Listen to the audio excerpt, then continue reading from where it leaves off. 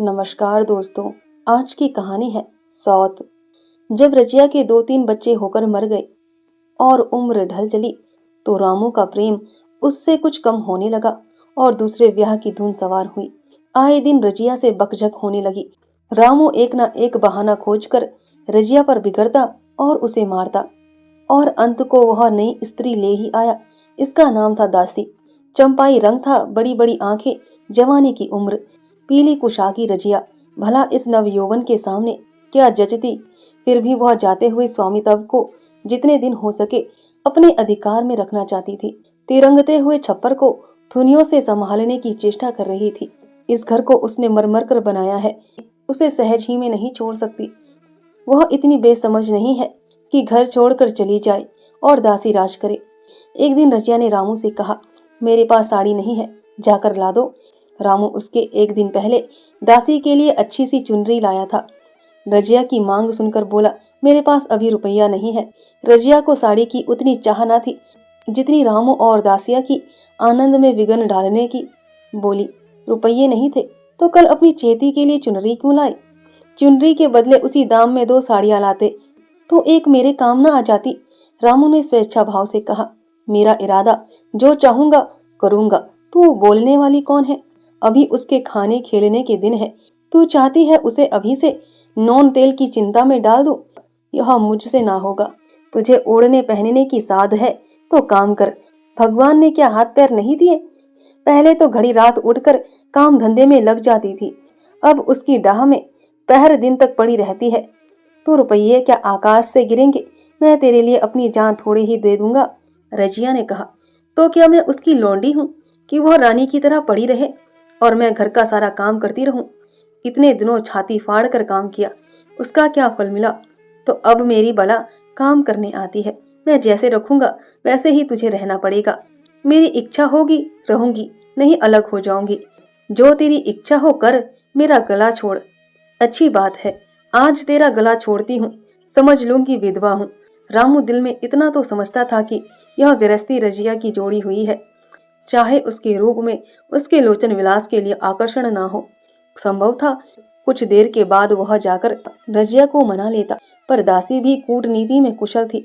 उसने गर्म लोहे पर चोटें जमाना शुरू की। बोली, आज देवी जी किस बात पर बिगड़ रही थी? रामू ने उदास मन से कहा, तेरी चुनरी के पीछे रजिया महाभारत मचाए हुए है। अब कहती है अलग रहूंगी। मैंने कह दिया, जो तेरी इच्छा होकर। यह सब नखरे हैं कि आकर हाथ पांव जोड़े मनावन करे और कुछ नहीं। तुम चुपचाप बैठे रहो, 2-4 दिन में आप ही गर्मी उतर जाएगी। तुम कुछ बोलना नहीं, उसका मिजाज और आसमान पर चढ़ जाएगा। रामू ने गंभीर भाव से कहा, दासी तुम जानती हो वह कितनी घमंडिन है। वह मुंह से जो बात कहती है उसे करके छोड़ती है। रजिया को भी रामू से ऐसी कृत घनता की आशा न थी। वह जब पहले किसी सुंदर नहीं, इसलिए रामू को अब उससे प्रेम नहीं है। पुरुष चरित्र में यह कोई असाधारण बात न थी, लेकिन रामू उससे अलग रहेगा, इसका उसे विश्वास न आता था। यह घर उसी ने पैसा पैसा जोड़कर बनवाया, गृहस्थी भी उसी की जोड़ी हुई है, अनाज का लेन देन उसी ने शुरू किया। इस घर में आकर उसने कोने कोने से कष्ट नहीं झेले, इसलिए तो कि पौरुख थक जाने पर एक टुकड़ा चैन से खाएगी और पड़ी रहेगी। और आज वह इतनी निर्दयता से दूध की मक्खी की तरह निकाल कर फेंक दी गई है। रामू ने इतना भी नहीं कहा, तो अलग नहीं रह पाएगी। मैं या खुद मर जाऊंगा या तुझे मार डालूंगा, पर तुझे अलग ना होने दूंगा। तुझसे मेरा ब्याह हुआ है, हंसी ठट्टा नहीं है। तो जब रामू को उसकी परवाह नहीं है तो वह रामू को क्यों परवाह करे? क्या सभी स्त्रियों के पुरुष बैठे होते हैं? सभी के माँ बाप बेटे पोते होते हैं। आज उसके लड़के जीते होते तो मजाल थी कि यह नई स्त्री लाते और मेरी यह दुर्गति करते। इस निर्दयी को मेरे ऊपर इतनी भी दया न आई। नारी हृदय की सारी परवशता इस अत्याचार से विरोध करने लगी। वही आग जो मोटी लकड़ी को स्पर्श नहीं कर सकती, फूस को जलाकर भस्म कर देती है। दूसरे दिन रजिया एक दूसरे गांव चली गई। उसने अपने साथ कुछ न लिया। जो साड़ी उसकी देह पर थी वही उसकी सारी संपत्ति थी। विधाता ने उसके बालकों को पहले ही छीन लिया था, आज घर भी छीन लिया। रामू उस समय दासी के साथ बैठा हुआ आमोद विनोद कर रहा था। रजिया को जाते देखकर शायद वह समझ ना सका कि वह चली गई है। रजिया ने यही समझा। इस तरह चोरों की भांति वह जाना भी नहीं चाहती थी।